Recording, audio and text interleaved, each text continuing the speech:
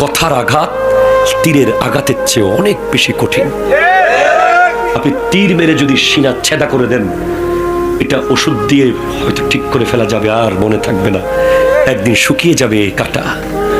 কিন্তু কাউকে কথা দিয়ে যদি আপনি আঘাত দেন, কোনো দিন সে সেটা বলবে না। এই জন্য কথা বলার সময় আপনি 1000 বার ভেবে বলবেন কি বলছেন। একটা কথা রিপিট দিতে সবাই পারে, কথার পরে কথা বলতে যে কেউ পারবে, যার মুখ আছে সে পারবে, কিন্তু ব্যক্তিত্ববান এবং জ্ঞানী ব্যক্তিরা রিপিট যেখানে সেখানে দেয় না।